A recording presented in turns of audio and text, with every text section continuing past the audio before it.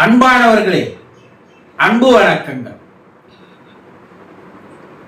நீங்க மகிழ்ச்சியா தான் இருக்கீங்களா? சந்தோஷமா தான் இருக்கீங்களா? இப்படி நான் கேட்டா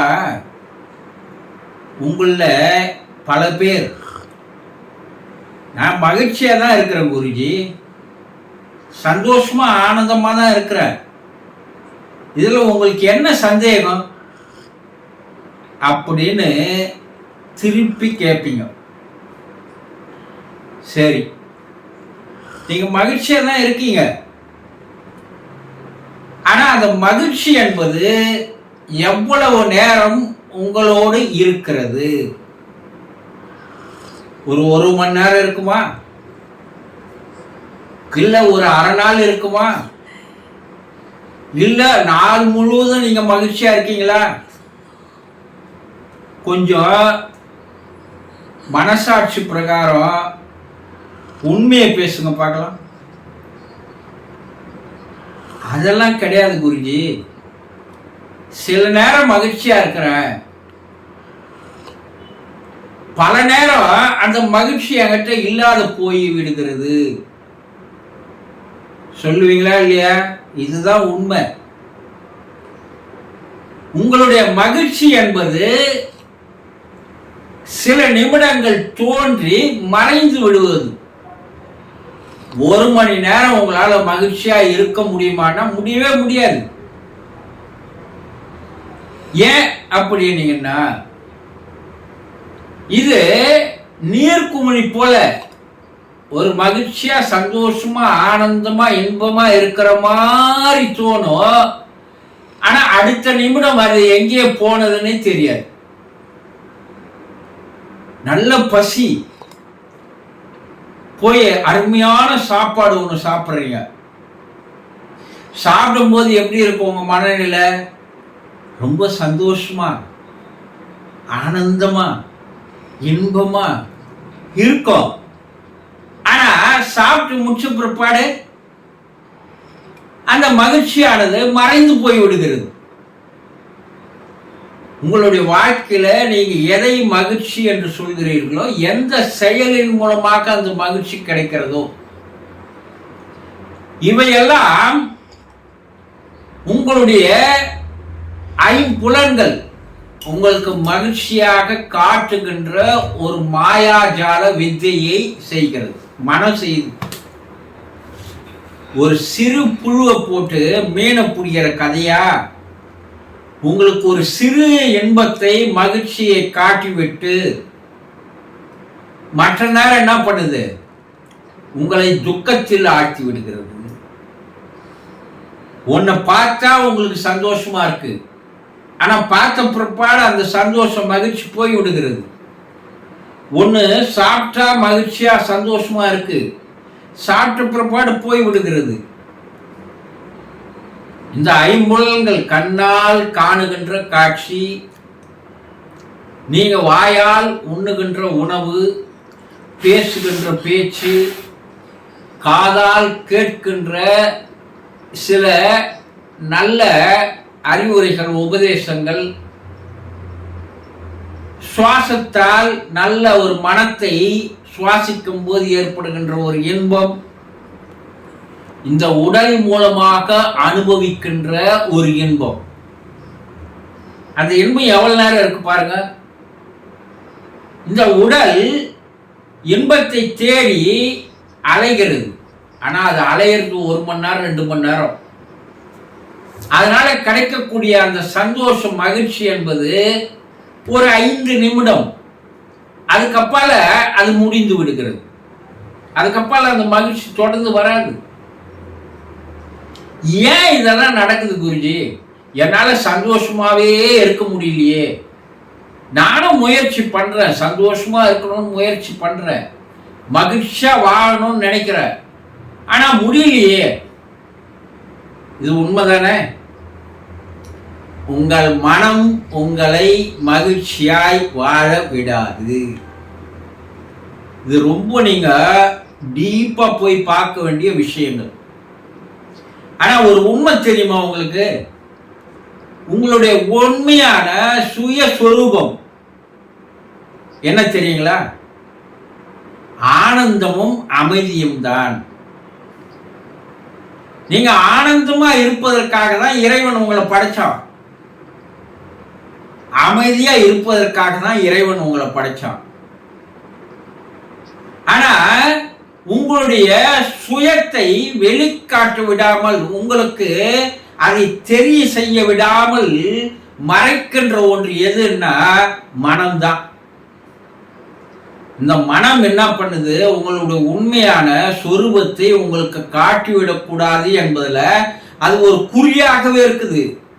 அதையே ஒரு செயலாக செய்து வருகிறது. அது என்னடா காரணம்னா, ரொம்ப நீங்க உன்னிப்பா பார்த்தீங்கன்னா, நீங்க மகிழ்ச்சியாக சந்தோஷமாக இருக்கின்ற அந்த சில நிமிடங்கள், சில மணித்துளிகள் மனம் அங்கே செயல்படாமல் போய்விடுகிறது. நீங்க ரொம்ப சந்தோஷமா இருக்கிறப்ப மனம் வேலை செய்தா பாரு, செய்யாது. ஏன்னா அங்க மனம் அது என்ன இப்போது அடிமையாக மாறிவிடுகிறது, காணாமல் போய் விடுகிறது. மனம் எப்போ காணாமல் போகிறதோ அப்பதான் உங்களுக்கு மகிழ்ச்சியும் ஆனந்தமோ சந்தோஷமோ இன்பமோ கிடைக்கும். இதையெல்லாம் பல்லாயிரம் ஆண்டுகளாக யோகிகள், ரிஷிகள், முனிவர்கள், சித்தர்கள், அவதாரங்கள், இன்றைய விஞ்ஞானிகள் கூட கண்டுபிடிச்சு சொல்லுகிறான். எப்போ உங்களுடைய மனம் இல்லையோ அப்போது நீங்கள் மகிழ்ச்சியாக இருப்பீர்கள். எப்போது நீங்கள் மகிழ்ச்சியாக இருக்கிறீங்களோ அப்போ மனம் இல்லாது போய் விடுகிறது. இதை தெரிஞ்சுக்கிற மனம் என்ன பண்ணுதுன்னா, அது தன்னை இழப்பதற்கு தயாரா இல்லை. அதனால அது என்ன பண்ணுது? உங்களை மகிழ்ச்சியாகவே இருக்க விடாமல் 24 மணி நேரம் தூங்குற நேரத்தை தவிர மற்ற நேரம் எல்லாம் உங்களை அலைக்கழிக்க வைத்து, அல்லல்பட வைத்து, பல இடங்களுக்கு உங்களை இழுத்து சென்று பல காட்சிகளை, பல பேச்சுகளை, பல கேட்க வைத்து உடல் இன்பத்தை காட்டி உங்களை என்ன பண்ணுது? அது தன்னை உங்களை அடிமையாக வைத்துக் கொள்வதில் தான் அதனுடைய உண்மையான தன்மை இருக்குது. அதுதான் சித்தர்கள் சொன்ன, மனம் என்பது ஒரு பேய், மனம் என்பது ஒரு அரக்கன், அது மனம் என்பது ஒரு சாத்தான். அது உங்களை நிம்மதியாக வாழ விடாது. ஏன்னா அது உங்களை நிம்மதியாக வாழ விட்டு அது வாழ வழி தெரியாமல் போய்விடும், அது இறந்து போய்விடும், அது உயிர் துடிப்போடு இருக்காது. இதனால்தான் சித்தர்கள் சொன்னா, எப்பா மனம் இறக்கும் வரை உங்களால் மகிழ்ச்சியாக வாழவே முடியாது. உங்களுடைய உண்மையான தன்மையை, சொரூபத்தை உங்களால் புரிந்து கொள்ளவே முடியாது. இறைவன் உங்களை எந்த நோக்கத்திற்காக படைத்தானோ அந்த நோக்கத்தை, குறிக்கோளை, லட்சியத்தை உங்களால் அடையவே முடியாது. இறைவன் என்ன பண்றான்? உங்களை உண்மையான தன்மையோடும் வச்சுட்டான், அதே நேரத்தில் மனம் என்ற ஒன்றையும் வச்சுட்டான். நீ அறிவால் இந்த மனத்தை வெல்கிறாயா அல்லது மனம் அறிவை வெல்கிறதா? இதை ரெண்டுக்கும் உண்டான போட்டா போட்டியை உங்ககிட்டயே கொடுத்துட்டோம். இப்போ அறிவு விழிப்புணர்வோடு வேலை செய்ய ஆரம்பித்து விட்டால் உங்களுடைய மனமானது அடங்கி போகிறது, உங்களுடைய மனமானது இறந்து போகிறது, செத்து போகுது. மனம் செத்து போனா என்னங்க? அண்ணா, மனம் இருக்கின்ற வரை நீ மனிதனாக இருக்கிறாய், மனம் இல்லைன்னா நீ தெய்வமாக மாறி விடுகிறாய். இதுதான் உண்மை. தெய்வத்தினுடைய உண்மையான சொரூபம் என்னன்னா, அது ஆனந்தமாக இருப்பது. இறைவன் களி நடனம் புரிகிறான்னு சொல்றாங்க இல்லையா? களி என்றால் என்ன? சந்தோஷம், ஆனந்தம், மகிழ்ச்சி. அந்த மகிழ்ச்சியில் அவன் டான்ஸ் ஆட ஆரம்பிச்சிடறான். உங்களுக்கு அளவுக்கு அதிகமாக மகிழ்ச்சி வந்தா நீங்களும் துள்ளி குதிக்க ஆரம்பிப்பீங்க. அப்போ உங்க உள்ள இருக்கிற அந்த குணமானது வெளிப்பட ஆரம்பித்து விடுகிறது. ஆஹா, எகிரி குதிக்கணும். அதை நம்ம மற்றவனா பார்ப்போம், அதுரப்பா நீ மகிழ்ச்சியா இருக்கன்னு தலகணம் எடுத்து ஆடாத, அப்படி நம்மளை திசை திருப்புறான். ஏன்னா நீ மகிழ்ச்சியா இருந்தா அவனுக்கு பிடிக்காது, உன் மனசுக்கு பிடிக்காதோ இல்லையோ, உன்னை சுற்றி இருப்பவர்களுக்கு பிடிக்கவே பிடிக்காது. அவன் என்ன பண்றான், உன் மனதை கெடுப்பதற்குண்டான வேலைகளை செய்யறான். அதனால்தான் சித்தர்கள் காட்டில் போய் தனியா வாழ்ந்த காரணம் என்னன்னா, நகர வாழ்க்கையில் உலக வாழ்க்கையில் வரும்போது நாம் எதை அடைய நினைக்கிறோமோ அதை அடைய விடாமல் முதல்ல தடுப்பது நம்முடைய மனம், மனிதர்கள். அப்போ அதனால்தான் அவன் தனிமையை நாடி சென்றான். தனிமை என்பதே ஒரு இனிமை, அது பல பேருக்கு புரியாது. தனிமையில இருந்தாதான் உன்னுடைய உள்ளே இருக்கின்ற அந்த சுயம்புவானது வெளிவர ஆரம்பிக்கும். இந்த தனிமை தான் அமைதி.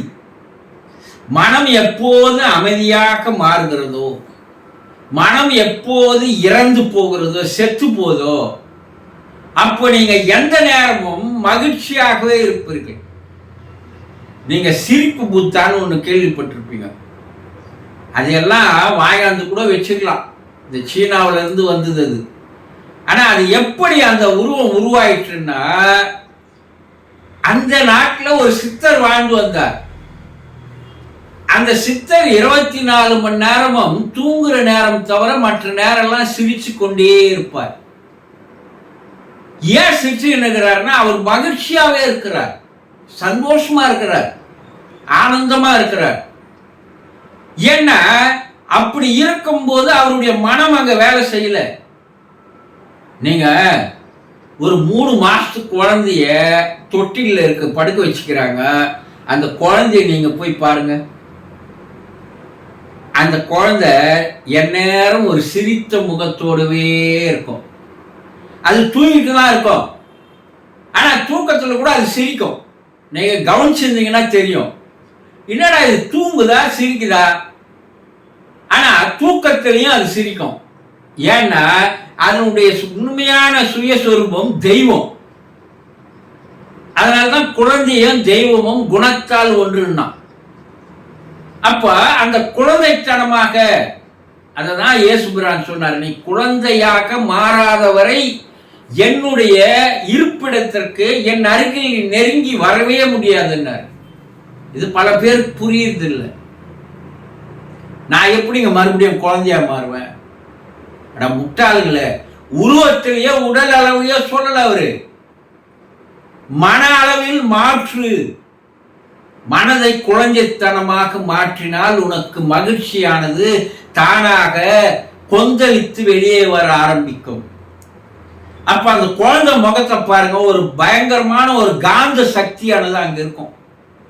ஒரு மனிதனுக்கு எப்போது மகிழ்ச்சி அளவுக்கு அதிகமாக பீரெடுகிறதோ வெளிவருகிறதோ, அவன் முகத்தை பார்த்தீங்கன்னா ஒரு மேக்னெட்டிக் பவரா அது மாறிடும். என்னவோ தெரியல, அவரை பார்த்தா நான் அவர்கிட்ட போய் என் குரல்லாம் சொல்லணும்னு நினைக்கிறேன். சொல்றாங்களா இல்லையா? அப்போ எவன் ஒருவன் மகிழ்ச்சியாக ஆனந்தமாக சந்தோஷமாக இருக்கிறானோ அவன் தன்னை சுற்றி இருப்பவர்களுக்கும் அந்த மகிழ்ச்சி ஆனந்தத்தை தருவான். இதுதான் சிரிப்பு புத்தானுடைய வாழ்க்கை வரலாறு. அவரு என்னை சுத்தி இருக்கணும், நான் சந்தோஷமா வச்சிருக்கணும். பேச்சுக்கு நீங்க சொல்றீங்கல்ல, என் குடும்பத்தை நான் சந்தோஷமா வச்சிருக்கணும், ஏதாவது போல வச்சிருக்கீங்களா? கிடையாது. அப்போ உங்களுடைய மனம் வாழும் வரை, உங்களுடைய மனம் இருக்கும் வரை உங்களால் ஒரு முழுமையான ஒரு பரிபூரணமான சந்தோஷத்தை உங்களால் அனுபவிக்கவே முடியாது என்பதை தெளிவாக தெரிந்து கொள்ளுங்கள். சந்தோஷம்.